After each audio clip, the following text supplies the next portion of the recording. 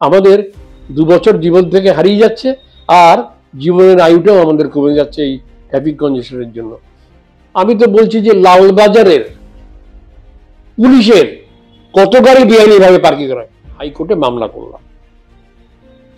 হাইকোর্টে মামলাতে অনেক বিষয় দিলাম, অনেক ছবি দিলাম, প্রায় 17 ছবি দিয়েছিলাম কেন ট্রাফিক জ্যাম হচ্ছে। আমি এক পুলিশ কমিশনারকে নাম, মানে কোথাকার পুলিশ কমিশনার বলছি না, তাকে আমি জিজ্ঞেস করেছিলাম যে অটো টোটোর এই পারমিটগুলো কারা দেয়? বলে আমি জানি না, কেউ জানে না, আসলে ওটা পলিটিক্যাল বসেরা দেয়। হাওড়া ব্রিজে পার হতেই প্রায় আধ ঘন্টা লাগতো। তো এই কোল্ড ড্রিঙ্কসটা খেতে কেমন, ফাঁকা হাওড়া ব্রিজ পেলে যেমন। সেই হিসেব করে আমি কোর্টকে বুঝিয়ে দিলাম যে দেখো এইভাবে আমি 2 বছর মানুষের জীবন থেকে শুধু ট্রাফিক জ্যামেতেই চলে যায়। এই গ্রীষ্মপ্রধান দেশে বাসের মধ্যে সিগন্যালে আমরা দাঁড়িয়ে দাঁড়িয়ে ঘামতে থাকি এবং গান শুনি। ট্রাফিক সিগন্যালে বেশ গান বাজে, কিন্তু ট্রাফিক সিগন্যালটা সিনক্রোনাইজ হয় না।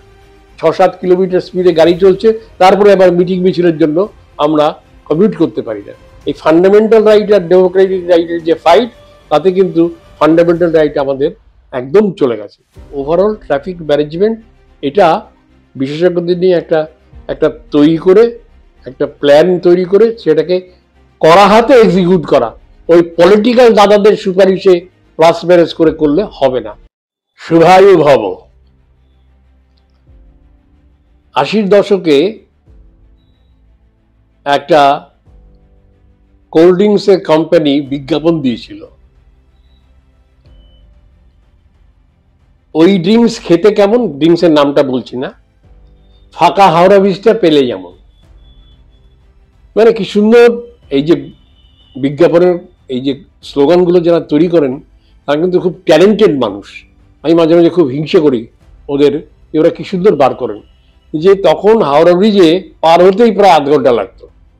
তো এই কোল্ড ড্রিঙ্কসটা খেতে কেমন, ফাঁকা হাওড়া ব্রিজ পেলে যেমন, এটা বিজ্ঞাপিত হতো, বিজ্ঞাপন।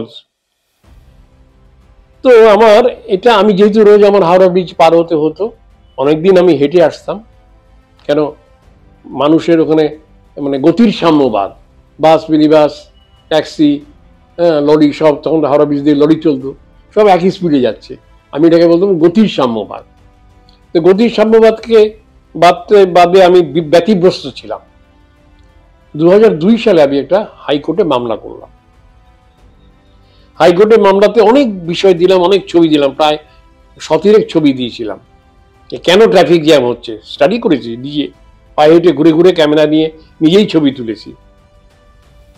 তো একটা প্যারাগ্রাফে লিখলাম আমি যে মাই লর্ড, প্রত্যেকটা মানুষ কলকাতা শহরে ট্রাফিক জ্যামের জন্য বছরের, মানে তাদের জীবন থেকে 2 বছর নষ্ট হয় শুধু ট্রাফিক জ্যামে। আমাকে 2 বছর, তুমি কি করে এটা ক্যালকুলেশন করলেন? আমি বললাম দেখো মাই লর্ড, যেতে 1 ঘন্টা আসতে 1 ঘন্টা যদি আমি ট্রাফিক জ্যামে আটকে থাকি, তাহলে আমার রোজ 2 ঘন্টা ট্রাফিক জ্যামের সময় নষ্ট হচ্ছে। এবং একটা মানুষের তখন শনিবার রোববার, শনিবার ছুটি ছিল না, যে একটা মানুষ সে 6 দিন যাচ্ছে আসছে, মানে 6 দুগুণে 12 ঘন্টা তার সপ্তাহে, এবং তার 18 বছর বয়সে সে কর্মজীবন শুরু করলো, 60 বছর বয়সে রিটায়ার করলো। তখন ছিল আইন সেটাই, আমি ধরে নিলাম 1-2 বছর প্লাস মাইনাস হতে পারে। এবং সেই হিসেব করে আমি কোর্টকে বুঝিয়ে দিলাম যে দেখো এইভাবে আমি 2 বছর মানুষের জীবন থেকে শুধু ট্রাফিক জ্যামেতেই চলে যায়। চিফ জাস্টিস হেসেছিলেন, এবং আমি সেখানে তথ্য দিয়েছিলাম যে কলকাতায় রাস্তাঘাটের পরিমাণ শতকরা মাত্র 5 ভাগ। অনেকে অনেক কিছু বলেন, ওয়ার্ল্ড ব্যাংকের রিপোর্ট, কিন্তু আনফর্চুনেটলি আমার বইটাকে যেন চুরি করে নিয়ে গেছে। সেই ওয়ার্ল্ড ব্যাংকের রিপোর্টে ছিল কলকাতার রাস্তাঘাটের পরিমাণ মোট জায়গার শতকরা 5 ভাগ মাত্র। এই 5 ভাগের মধ্যে আবার রাস্তার দুধারে ফুটপাত বেদখল, দোকানদাররা তাদের মাল রাখছে। আপনি যদি ব্রাভন রোড দিয়ে যান, খেয়াল করবেন দোকানদাররা মাল রাখছে ফুটপাতে, কেনাবেচা করছে রাস্তার ওপরে। তারপরে গাড়ি parking, CBD, central business district, মানে এতগুলো জেলার মানুষ তারা ট্রেনে করে এসে বাসে বা মিনি বাসে করে ব্রাভন রোড দিয়ে কলকাতায় আসে, একটু উত্তর কলকাতা বাদ দিয়ে দক্ষিণ এবং মধ্য কলকাতায়। তো সেই ব্রাভন রোডেতেই এই অবস্থা। গাড়ি পার্কিং আবার গাড়ি পার্কিংটা একদিন আমি দেখি ব্যাঙ্গালোর দিয়ে যাচ্ছি, হঠাৎ দেখি যে একদম ফাঁকা। কি ব্যাপার? আসলে সেদিন ছিল ব্যবসায়ীদের ধর্মঘট। ব্যবসায়ীদের ধর্মঘট, তারা আর আসেনি গাড়ি তাদের। তাহলে গাড়ি থেকে নেমে গাড়িটা ব্যাঙ্গালোরের উপরে পার্ক করে তাদের দোকান খুলে দোকানের পণ্য ফুটপাতে রেখে এবং বেচা কেনাটা রাস্তার উপরে করে, হ্যাঁ, তারা কিভাবে ওই 5% রাস্তার প্রায় 1% নিয়ে নিচ্ছে। কোনো ট্রাফিক সিগন্যাল কেউ কোনো মানছে না, কেউ কখনো মানে খেয়াল করে না। এবং নতুন নতুন রুট, মানে নতুন নতুন সব সিবিডি দিয়ে যাচ্ছে। আরে বাবা, ভেহিকুলার পপুলেশন ডেন্সিটি বলে একটা কথা আছে। বম্বে দিল্লিতে অনেক বেশি গাড়ি চড়ে, তাতে সেখানকার ট্রাফিকও অনেক জ্যাম হয়, কিন্তু সেখানে টোটাল ভেহিকুলার কত ভেহিকুলার চলে, আর কলকাতায় কত চলে, কলকাতায় কত রাস্তা। এবং তার উপরে যদি এরকম ভাবে নতুন নতুন সব পারমিট সিবিডি দিয়ে, একসময় ছিল ব্রাহ্মণ দিয়ে গেলে তখন বোথ এসেছিল ব্রাহ্মণ ফ্লাইওভারটা, মানে একদিক দিয়ে যেত আরেকদিক দিয়ে ফিরতো। এখন পুরোটাই দেখা যাচ্ছে যে বাস মিনি বাসের সারি, মানে মনে হচ্ছে যেন একটা ট্রেন, বাসের ট্রেন। এটা কিন্তু দেখেছি আমি। এবং এই এই ধরনের ট্রাফিকের ব্যবস্থার মধ্যেও আপনি যদি একটু উত্তরের দিকে হাঁটেন, তাহলে দেখবেন যে গুডস লোডিং আনলোডিং, ওই ট্রলিতে, ম্যাটাডোরে বা ছোট গাড়িতে বা লরিতে ওঠানামা হচ্ছেই, চলছেই। এবার আরেকটা নতুন উপদ্রব হয়েছে এই বছর 8-10 দিন পরে, এই অটো টোটো, আর একটু বাইরের দিকে ভ্যানো মানে ভ্যানের উপরে মোটরসাইকেল লাগিয়ে দেওয়া। এই অটো টোটো তারা তো কোনো কিছু মানে না। আমি এক পুলিশ কমিশনারকে নাম, মানে কোথাকার পুলিশ কমিশনার বলছি না, তাকে আমি জিজ্ঞেস করেছিলাম যে অটো টোটোর এই পারমিটগুলো কারা দেয়? বলে আমি জানি না, কেউ জানে না। আসলে ওটা পলিটিক্যাল বসেরা দেয়, যে যখন যেখানে ক্ষমতায় থাকে তারাই সেগুলো, সেই লোকাল লিডাররা, তারা লক্ষ লক্ষ টাকা উপায় করেন, তাদের সংগঠন করেন এবং একটা সাইনবোর্ড বসে যায় যে অমুকের, হ্যাঁ, এই সংস্থার, ট্রেড ইউনিয়ন সংস্থার এই টোটো, এই অটো, বা এই রিক্সা, তারা সেটাকে এই একটা নৈরাজ্য কায়েম করেন যে বোঝার ওপর শাকের আটি। সুরজিৎ কর প্রকাশের কথা মনে পড়ছে। আমি জানি না আপনারা যারা পুরনো লোক তারা জানেন, একসময় কলকাতার মধ্যে ডিসি ট্রাফিক ছিলেন, হাওড়াতে উনি সুপারিনটেন্ডেন্ট পুলিশ ছিলেন, পুলিশ সুপার। তখন ওই কমিশনার ছিল না। এখন তো গালভারি নাম হয়েছে, কাজে লবডঙ্কা, নামে এবং পোশাকে এবং আচারে তারা একেবারে সর্বজান্তা, বুঝলেন তো। ওই পুরকায়স্থ তিনি গ্রিন চ্যানেল করেছিলেন, এবং এখন কিন্তু কলকাতায় গ্রিন চ্যানেলগুলো ব্ল্যাক চ্যানেল হয়ে গেছে। এবার আমি আপনাকে বলি, গ্রিন চ্যানেল কনসেপ্টে আমি বোম্বে থেকে শিখেছিলাম। পুরকায়স্থ তো গ্রিন চ্যানেল করেছিলেন, তখন অতটা ভালো বুঝিনি, কিন্তু একটা ট্যাক্সি ড্রাইভার বম্বেতে, আমি মেরিন ড্রাইভ দিয়ে যাচ্ছি, तो हमें बोले साहब अगर ये स्पीड में हम जा सके तो हम 8-10 सिग्नल हमको ग्रीन मिल जाएगा। बोले क्यों? बोले सिग्नल ऐसे ही है, जहाँ एक पॉइंट से दूसरे पॉइंट पर जब जाएगा तो हमारा वो सिग्नल ग्रीन हो जाएगा। এটাকে বলে ট্রাফিক সিগন্যাল সিনক্রোনাইজেশন, এ থেকে বি, বি থেকে সি, ঠিক ওইভাবেই সিগন্যালগুলো অটোমেটিক সেগুলো লাল থেকে সবুজ হবে। আমাদের এখানে আমি ভিক্টোরিয়া মেমোরিয়ালের চারধারে দূষণ কমানোর জন্য সেই 2000 কত সালে 2003-04-এতে কোর্ট অর্ডার করলো যে তুমি ভিক্টোরিয়া মেমোরিয়ালের চারপাশে অন্তত ট্রাফিক সিগন্যালটা সিনক্রোনাইজ করো। এখনো পর্যন্ত করতে পারলো না। আমি সেদিন ট্রাফিকের মামলাতে কোর্টে গিয়ে বললাম, মাই লর্ড, যে এই গ্রীষ্মপ্রধান দেশে বাসের মধ্যে সিগন্যালে আমরা দাঁড়িয়ে দাঁড়িয়ে ঘামতে থাকি এবং গান শুনি, ট্রাফিক সিগন্যালে বেশ গান বাজে, কিন্তু ট্রাফিক সিগন্যালটা সিনক্রোনাইজ হয় না। তাহলে কিন্তু মানুষের অনেক সময় বাঁচত এবং অনেক ঘাম ঝরাটা অন্তত কমতো। তো কি বলবো, এইভাবে তো ট্রাফিক ম্যানেজমেন্ট হয় না। হাওড়া স্টেশন, শিয়ালদা স্টেশন পৃথিবীর, ভারতবর্ষ তো বটেই, পৃথিবীর অন্যতম বড় রেল স্টেশন।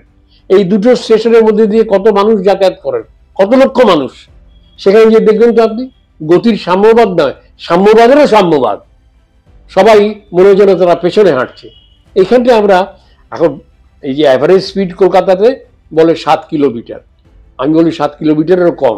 তার কারণ রেড রোড দিয়ে বা চরুগির এই দিক দিয়ে যে গাড়িগুলো যায় সেগুলো তো বেশিরভাগই প্রাইভেট কার বা 4 চাকার গাড়ি, বা যেগুলো 6 চাকার গাড়িও যায় সেগুলো অন্য রকমের। তো সাধারণ মানুষ যেখানে যে গাড়িতে কমিউট করেন, বাস মিনি বাস, সেগুলো যে রাস্তা দিয়ে যায় তার কিন্তু গতি একেবারে রুদ্ধ হয়ে থাকে। সুতরাং অ্যাভারেজ স্পিড আমরা যদি বলি 6 বা 7, এটা কিন্তু 5-এর বেশি নয়। এবার মিটিং মিছিল, একজন প্রাইম মিনিস্টার বলেছিলেন, তার কথা বললে ওরা হয়তো তাকে কেউ কন্ডেম করবেন, কলকাতা তো একটা মিছিল নগরী। সত্যি তো, মিটিং মিছিল নিশ্চয়ই হবে। পৃথিবীতে বেশিরভাগ দেশেই গণতন্ত্র আছে। আমি ইউরোপের 2-1টা শহরে দেখেছি, বা আমেরিকার সাথে আমরা বৈদ্যুতিক মাধ্যমে যেটা দেখি, যে মিটিং মিছিল লোকে করবে, কিন্তু এটা তাদের একটা কি বলবো ডেমোক্রেটিক রাইট, রাজনৈতিক দল এবং নেতাদের। কিন্তু মানুষের তো একটা ফান্ডামেন্টাল রাইট আছে, যে আমি উইদাউট এনি ডিফিকাল্টি, সেই জন্য কতগুলো রাস্তা দেখাচ্ছে তো যখন তখন রাস্তা বন্ধ হয়ে যাচ্ছে, এমনভাবে রাস্তা বলছে পুলিশ যেমন একটা ব্যারিকেড দাঁড় করিয়ে দিল, সেই যেমন ওই মানুষের মিছিল আটকাতে গিয়ে যেমন ব্যারিকেড করে লম্বা 10 ফুট, এটা 10 ফুট দেয় না, ওই ট্রলিগুলোকে এনে দাঁড় করিয়ে রাখে, নো এন্ট্রি করে দিল। তো এই 5% রোড, তারা 1-2% আবার এদিক ওদিক হয়ে আছে, 6-7 কিলোমিটার স্পিডে গাড়ি চলছে, তারপরে আবার মিটিং মিছিলের জন্য আমরা কমিউট করতে পারি না। এই ফান্ডামেন্টাল রাইট আর ডেমোক্রেটিক রাইটের যে ফাইট, তাতে কিন্তু ফান্ডামেন্টাল রাইট আমাদের একদম চলে গেছে। তারপর একটা দেখুন, পুজো নিয়ে আমরা অনেকেই অনেক কিছু বলি, পুজো উৎসব, পুজো হবে কি হবে না, এখানে আমার এই আন্দোলনের জন্য পুজো হওয়া উচিত কি উচিত না, অনেক ডিবেট হচ্ছে। কিন্তু পুজো মানে কি রাস্তা, এই রাস্তার ওপরে বিরাট বিরাট প্যান্ডেল হাইকোর্ট না করেছে। আমি একটা মামলাতে ছিলাম যে তুমি রাস্তা আটকে, এবং অনেকগুলো এলাকা আছে, আমি পুজোতে ওই এনভায়রনমেন্টাল অ্যাওয়ার্ডের জন্য অনেকবার বছর বছর 8-10 বিভিন্ন পূজা প্যান্ডেলে পরিক্রমা করেছি এবং দেখেছি যে কিভাবে এক একটা এলাকার মানুষ তাদের জীবনের নাবিশ্বাস হয়ে ওঠে। হ্যাঁ, যে তারা যাতায়াত করতে পারে না, তারা প্রায় 1 মাস। এবং তারপর কি ঠিক আছে, প্যান্ডেল হচ্ছে, প্যান্ডেলটা করো তুমি, পুজোর 2-3 দিন আগে আরম্ভ করো, 2-3 দিনের মধ্যে শেষ করে দাও। সে 1-1.5 মাস আগে থেকে রাস্তা আটকে প্যান্ডেল তৈরি হবে, আর সেই প্যান্ডেল খুলতে খুলতে আরো 2 মাস লেগে যাবে, তারপরে সেই গর্তগুলো আর সারানো হবে না। বুঝতে পেরেছেন? সুতরাং এটা কিন্তু একটা নুইসেন্স। আরেকটা জিনিস ভাবতে হবে, যে কলকাতায় এই গতির সাম্যভাগ কিন্তু আমাদের আরেকটা বিপর্যয় ডেকে নিয়ে আসে। 2টো বিপর্যয় করে। একটা হচ্ছে এয়ার পলিউশনটা খুব হাই হয়ে যায়, গাড়ি যদি খুব স্পিডে বেরিয়ে যায়, ধোঁয়া কম ছাড়ে। এই যে আমাদের একটা ওপেন এয়ার গ্যাস চেম্বার করে দেয় এই ট্রাফিক কনজেশনের জন্য, একদিকে আমাদের জীবন থেকে 2 বছর কেড়ে নিচ্ছে, আবার আমাদের একেবারে আয়ুটাই মানুষের কমে যাচ্ছে। এই যে আমাদের পূর্বতন মুখ্যমন্ত্রী ছিলেন, সিওপিডিতে ভুগছিলেন, আমি তো বলছি তো, সেই সময় তার সাথে আমার অনেক বিতর্ক হয়েছে। ভালো মানুষ ছিলেন, সৎ মানুষ ছিলেন, কিন্তু ব্যাপারটা অনুধাবন করতে পারেননি।